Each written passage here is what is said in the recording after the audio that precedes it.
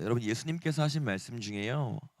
먼저 된 자가 나중되고 나중된 자가 먼저 된다라고 하신 말씀이 있잖아요. 전 처음에 이게 잘 이해가 안 됐었거든요. 근데 어느 날 이제 사람이 꽉 찬 그 만원 엘리베이터를 탄 날이 있었는데 그날 문득 이 말씀이 생각이 나면서 이해가 딱 되더라고요. 제가 성격이 굉장히 급한데요. 성격은 급한데 또 제 생각에 쓸데없다고 생각하는 거엔 또 굉장히 느긋한 스타일이어가지고요. 우리나라 사람들은 이제 비행기나 고속버스 같은 걸 타면 목적지에 도착하기도 전에 이미 벌써 다 짐을 챙기고 있잖아요. 그래서 서로 먼저 내리려고 막 하는데 저는 그럴 때 보통 맨 나중에 내립니다. 그래봤자 1, 2분 차이라고 생각이 들기 때문에 서두르지 않아요. 그래서 그날도 이제 엘리베이터에 사람들이 막 우겨서 먼저 타려고 하는 그런 날이었는데 전 맨 나중에 탔어요. 딱 봐도 이제 어차피 정원 초과가 될 것 같지는 않더라고요. 그래서 다른 사람들은 막 밀치면서 타는데 저는 꼴찌로 탔습니다. 근데 제가 왜 그날 예수님의 이 말씀이 생각이 났냐면 내릴 때 딱 생각이 났어요. 제가 제일 꼴찌로 탔잖아요. 근데 제가 제일 먼저 내리더라고요. 보통 엘리베이터 구조가 딱 그렇죠. 맨 나중에 탄 사람이 제일 먼저 내리게 돼 있잖아요. 그래서 네, 이런 거구나 생각이 났었는데 여러분 예수님이 이 말씀을 언제 하신 줄 혹시 아시나요? 부자 청년을 만나고 나서 하신 말씀이에요. 부자 청년 이야기 아시죠? 부자 청년이 와서 내가 어떻게 해야 영생을 얻겠습니까? 질문했을 때 예수님이 하셨던 말씀이에요. 사실 이 부자 청년이요 요새를 기준으로 하면 굉장히 건실한 청년입니다. 누가 봐도 1등 신랑감이에요. 직업도 좋고요, 나이도 좋고 돈도 많아요. 참 가증이 많은 사람인데 그래서 아마 이 사람은 영생도 자기가 지금 가지고 있는 것들처럼 노력하고 애쓰면 얻을 수 있는 거라고 생각을 했던 것 같아요. 내가 어떻게 하면 영생을 얻을 수 있습니까? 이렇게 질문을 했죠. 일단 결론부터 말씀드리면 무슨 수를 써도 무슨 짓을 해도 이 사람은 자기의 능력으로는 영생을 얻을 수 없을 거예요. 영생은커녕 영생의 이응저도 닿지 못할 겁니다. 그럼 예수님 당시에는요 참 선생들이 많았어요. 그래서 그들한테 이제 성공하는 법도 배우고 남을 설득하는 법도 배우고 그렇게 했었는데 그러니까 이 청년의 접근 방식이 이런 식이었던 것 같아요.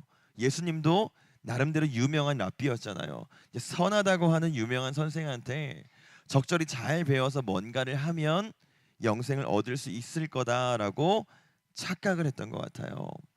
그리고 바로 이 청년에 대한 질문에 대한 답이 이렇습니다. 예수님이 굉장히 엉뚱하게 대답을 하세요. 우리 마가복음 10장 18절 같이 보겠습니다. 시작. 예수께서 이르시되 네가 어찌하여 나를 선하다 일컫느냐?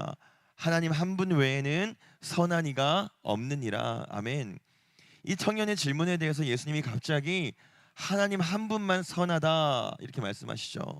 이 말씀이 그러므로 나는 선하지 않다 이 의미가 결코 아니고요. 네가 생각하는 영생을 줄 만한 선한 선생은 존재하지 않는다 이 말인 겁니다.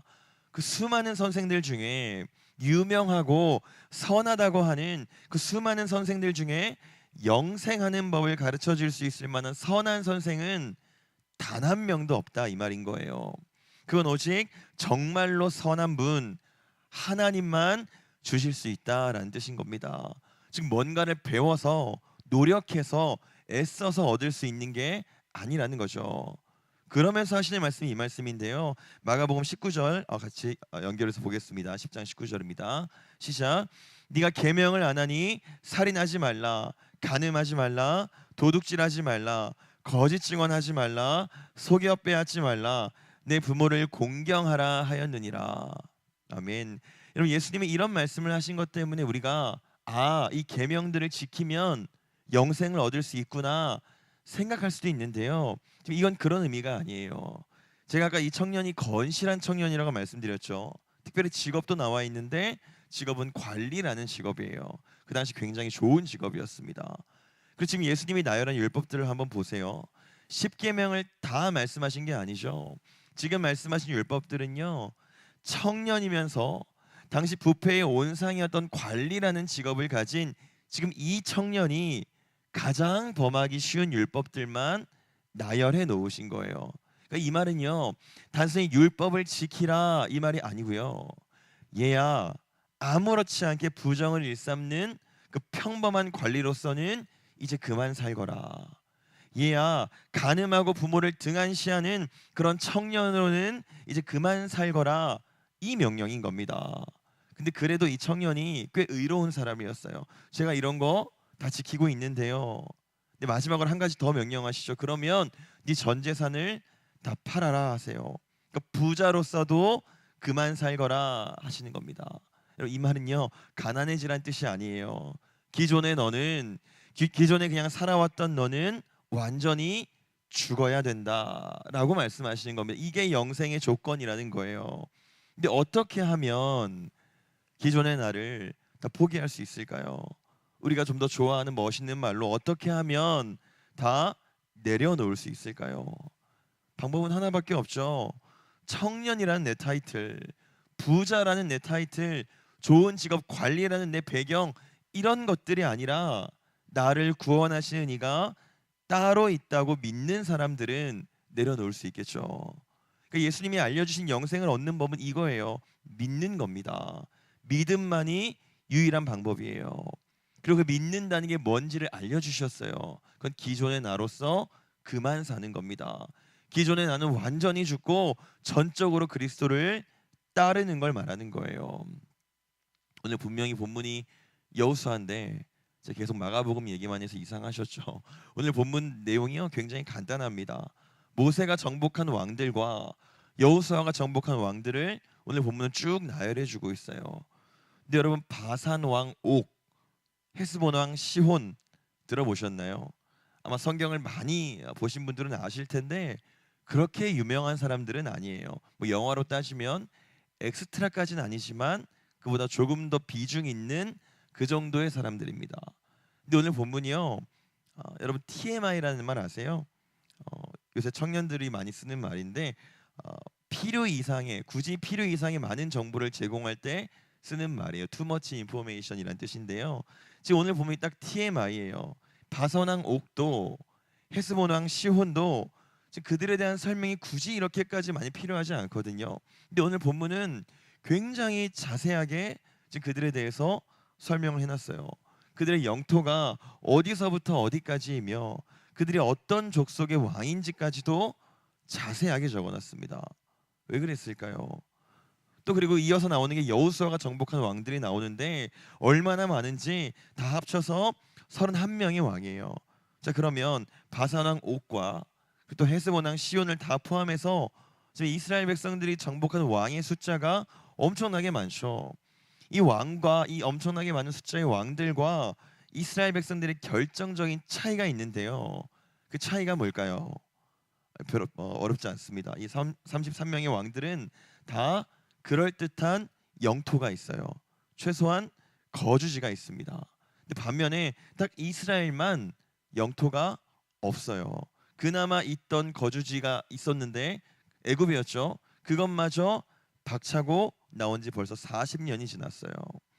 그러니까 33나라는, 이 많은 왕들은 땅을 가지고 있고 또 지키고 있고 오직 한 나라만 그나마 있는 거주지마저 버리고 나왔네요. 근데 그러면 이스라엘이 만약에 안 버리고 나왔으면 어떻게 됐을까요? 뭐 여전히 애굽에서 잘 살고 있었겠죠. 노예의 신분이긴 했겠지만 그래도 살만은 했으니까 400년 만에 70명에서 200만 명이 되지 않았겠어요? 그러나 이스라엘은 애굽에 남지 않았습니다. 가지고 있던 땅을 버리기로 결정해요. 심지어 그들이 살던 땅은 애굽 땅 중에서도 가장 좋은 땅, 고센 땅이었는데 그러나 그들은 그걸 버리기로 결정합니다. 자, 그럼 제가 다시 한번 질문을 드릴 텐데 이번엔 답을 하실 수 있어야 돼요. 이스라엘은 어떻게 그 기름진 땅을 과감하게 버릴 수 있었을까요? 어떻게 그 기름진 땅의 주민이라는 배경을 버릴 수 있었을까요? 아까 그 부자 청년의 이야기를 생각해 보시면 답을 아실 수 있을 거예요. 애굽의 비옥한 땅이 아니라 고센 땅이라는 꽤 괜찮은 거주지가 아니라 나를 구원하시는 이가 따로 있다고 믿었기 때문에 가능했던 거예요. 여러분, 믿는 사람은요, 그래서 그만 살 수 있는 겁니다. 돈만 쫓던 나로 그만 살 수 있고요. 성공과 명예가 전부라고 생각하던 나로 그만 살 수 있는 거예요. 과감히 배를 버리면서 물고기를 낚는 어부로는 그만 살았던 베드로처럼 과감히 아버지를 떠나면서 평범한 아들로서는 그만 살았던 야고보처럼 나는 죽고 예수로 살 수 있는 겁니다. 왜요? 거기에 구원이 있기 때문이라는 거예요. 그럼 땅을 버린 자 이스라엘과 거주지를 버린 자 이스라엘과 땅을 가지고 있는 자, 지키고 있는 자, 그 왕들의 결론이 어떻게 됐을까요? 우리 본문 6절 같이 보겠습니다. 시작. 여호와의 종 모세와 이스라엘 자손이 그들을 치고 여호와의 종 모세가 그 땅을 르우벤 사람과 갓 사람과 므낫세 반 지파에게 기업으로 주었더라. 아멘. 이스라엘이 땅의 주인이 됐습니다. 땅을 버린 자들이 땅을 가진 자가 됐고요. 땅을 가진 자들이 그 있는 것까지 빼앗겼음을 여러분 믿으시기 바랍니다. 나중된 자가 먼저 되는 거예요. 여러분 부자 청년은 굉장히 자세가 되어 있는 청년이었어요. 이 사람의 배경으로 추측해 보건대 일단 기본적으로 성실한 사람이었을 거고요. 또 이 사람은 예수님 말씀을 들을 때에 허겁지겁 달려와서 무릎까지 꿇고 들으려고 했던 사람이에요. 근데 여러분 우리가 아무리 신앙에 열심을 가져도 심지어 내가 교회를 열심히 섬겨도 그 섬기는 양이 아무리 많아도 그것만으로 영생은 없습니다. 제가 아까 말씀드렸죠. 애초에 우리는 영생을 위해 아무것도 할 수 있는 게 없어요. 영생을 얻는 방법은 그런 게 아니라는 거죠. 그럼 어떻게 해야 될까요? 주님이 알려주신 방법은 이거예요. 살인, 간음, 도둑질, 거짓 증언, 속여 빼앗지 말라, 부모를 공경하라, 네 소유를 다 팔아서 남에게 줘라. 이거 율법이 아니라고 말씀드렸죠. 이게 무슨 의미라고요? 청년으로 살지 말라고요. 관리로 살지 말고 부자로도 살지 말라고요. 주님이 알려주신 방법은 하나예요. 뭘 하라는 게 아닙니다. 믿으라는 거예요. 우리가 영생을 얻기 위해 아무것도 할 수 없으니까 그냥 영생을 줄 수 있는 분을 믿으라는 겁니다. 이 믿는다는 게 뭔지를 주님이 설명해 주신 거예요. 그리고 이스라엘이 보여줬습니다. 그건요 그만 산다는 뜻이에요. 내 땅을 포기하는 겁니다. 청년으로, 관리로, 부자로 그만 산다는 뜻인 거예요. 더 이상 기존의 내가 아니라 이제 그리스도인 나로 거듭나는 걸 말하는 거예요. 아까 마가복음에서요 청년이 가고 나서 주님이 이렇게 말씀하세요. 우리 마가복음 아까 본문 23절 같이 보겠습니다. 시작. 예수께서 둘러보시고 제자들에게 이르시되 재물이 있는 자는 하나님의 나라에 들어가기가 심히 어렵도다 하시니. 아멘. 여러분 지금 주님이 하신 말씀을 잘 보셔야 됩니다. 마태복음에서 마태는 이 말을 조금 다르게 적어놨는데요. 부자는 하나님 나라에 들어가기 어렵다라고 적어놨어요. 근데 오늘 마가복음이랑 누가복음에서는 좀 더 다르게 되어 있습니다. 재물이 있는 자는 재물이 있는 자는이란 말로 적어놔서 잘 보셔야 됩니다. 재물이 많은 자가 아니에요. 재물이 있는 자예요. 재물이 있는 자는 하나님 나라에 들어가기가 심히 어렵도다라고 하셨어요. 제자들이 깜짝 놀라는 거예요. 왜 놀랬겠어요? 부자가 아니라 재물이 있는 자가 천국 가기 어렵다고 하니까 이해가 안 되는 거죠. 놀랄 수밖에 없는 거죠. 그래서 누가 갈 수 있습니까? 제자들이 다시 물었습니다. 여기에 대한 답은 아주 간단해요. 아무것도 없는 사람이 되면 되는 거예요. 내 소유를 다 버리라는 게 아니고요. 100원짜리 하나도 내게 아니면 되는 겁니다. 하나님의 소유권을 인정하는 거예요. 여러분 간신히 부실한 집이라도 지어놓은 고아한테, 간신히 길에 떨어진 음식이라도 주워 먹고 있는 고아한테 그거 다 버리라고 해보세요. 절대 못 버리죠. 간신히 밥 빌어 먹고 살고 있는 이스라엘한테 그 고센 땅을 버리라고 하면, 그 애굽 땅을 버리라고 하면 어떻게 버리겠어요? 근데 버릴 수 있는 고아가 있습니다. 어떤 고아일까요? 부모를 만난 고아예요. 고센 땅을 버릴 수 있는 사람이 있어요. 더 좋은 땅을 주시는 하나님을 만난 사람입니다. 우린 이런 사람들을 믿는 사람, 그리스도인이라고 부르는 거예요. 여러분 우리가 정말로 땅의 주인이 되고 싶다면, 영원히 가물지 않는 풍족한 가나안의 열매를 원한다면 이제는 믿기 원합니다. 그 모든 걸 허락하신 우리 주님 예수 그리스도를 정말로 믿기를 원해요.